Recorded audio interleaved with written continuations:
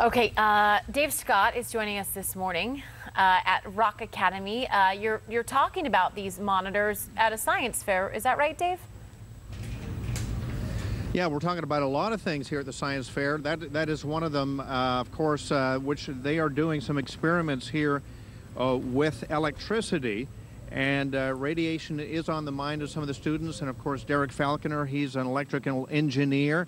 So we're going to be talking about that. But I want to bring in an expert who is at San Diego State University now, but was with the nuclear programs that helped set up even and did some testing on some of the equipment that was into the Fukushima nuclear power plant. Murray Jennings, come on over here, my friend. You actually have a monitor in your hand. Describe this. Yes, this is a handheld radiation detector.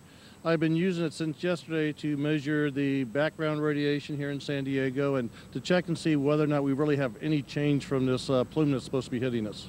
Do you have any numbers? What do they tell us right now? Well, right now they're telling us it's about 15 microrad here at this location, which is the same thing I was measuring yesterday. So far they've shown no change in radiation levels between yesterday and today. Now, Murray, the interesting thing is, and here's the amazing thing, that there's really radiation all around us. At all times. You carry with you, if you carry a cell phone, you're carrying some radiation. So talk about how difficult will it be for us to pick up any sense of change? Well, to be honest, I don't really expect to see any change. That's one of the reasons I'm doing this, because there is a lot of concern and fear that we're going to get radiation, and I don't believe we will see anything from this, or it won't be detectable. We do get radiation from our everyday life, from microwaves, from television sets, from cell phones, even from the buildings we're in and the roads we drive on, because a lot of them have pitch blende or in it that has radioactivity. Murray, talk about this, because a lot of people are saying, you know, you see countries like Germany sort of shutting down some of their nuclear power systems. China's put things on hold. Even the U.S. is talking about it. How safe, in your estimation, really is nuclear power and these nuclear power plants? Are we likely to see maybe this kind of diminish after a while and then start rebuilding the plants and putting in new ones? What is your assessment? Well, I think obviously this accident's going to slow us down a little bit, but we are creating a whole new generation of safer nuclear plants, and I do expect that they will start being licensed and getting built in the next 10 years, primarily because the cost of oil and the scarcity of oil is going to drive us to some alternate energy source. And nuclear is considered green power. Well, that's good, because, you know, so maybe some of the good that will come out of this is tougher standards. Well, we've already got tough standards. We'll just have to wait and see what caused this event. This is an older site, so it is an older design. Murray Jennings, thank you very much. Working with San Diego State University, and of course the EPA putting in they have deployable sensors that they're putting in. We have one in San Diego County and one going into San Diego State as well. And we're going to be talking to some of the students. And of course, Derek Falconer is working with the science students. Science very much on the minds of a lot of people right now, you guys. And I'll have that, plus the science of weather in just a little while. We're going to see some rain here in San Diego. We're going to be seeing the science of more rain and more snow in the mountains, which is a good thing too. David, thanks a lot. And thank you. Thank the professor there. He's really been helpful. Dave Scott is joining us right now. Good morning to you, Dave. With some brilliant young scientists. You know, that's weird that you should mention that, because I've written a song called Here Comes the Rain, and I think they have it back there. But in the meantime, the kids are all here at the Rock Academy science class, and they're all getting a charge out of some of the experiments that are going on. Science teacher and Professor Derek Falconer is with me. Derek, what is happening?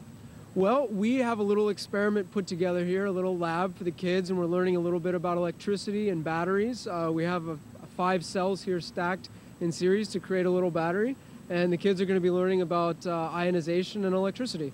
Science is in the news right now, especially with all the radiation that is coming in from the Fukushima nuclear power plant, and of course the whole world is sort of on alert right now, waiting to see if any radiations are going to be caught up. There are plumes that have been generated. Of course, they have just trace elements right now, but if those levels go up and are carried eastward towards the U.S., then everybody has a great cause for concern.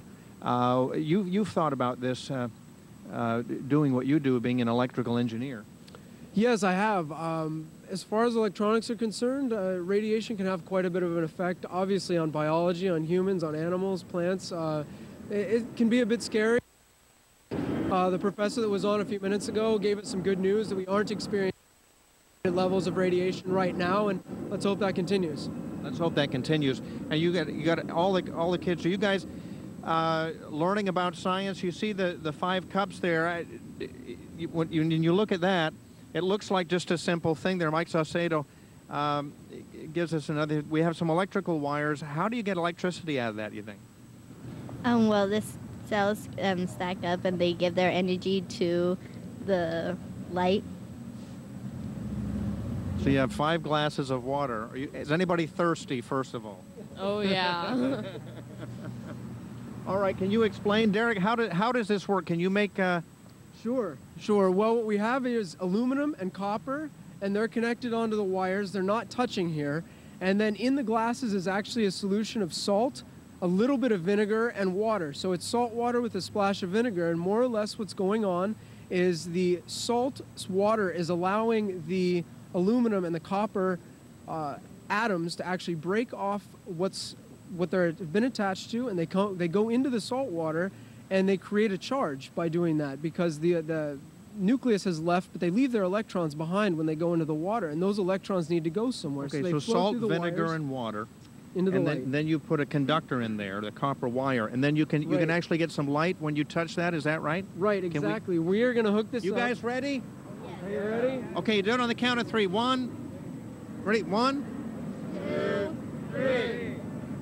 Here we go. And there you go. You can see we're outside, so it's not real bright, and obviously this is not a professional grade battery, but we are getting some electron flow lighting up the LED here.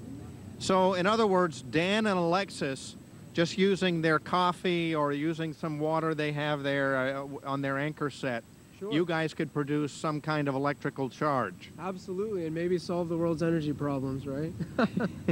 My coffee. Then we wouldn't need the nuclear power plants after. My coffee's really cold over here, Dave. Is that still okay? Well, you guys still produce an electrical charge. That's all I'm going to say. Yeah, you're right about that, Thank you. David. All right, my friend. You're right about that, baby. All right, see you later. Okay.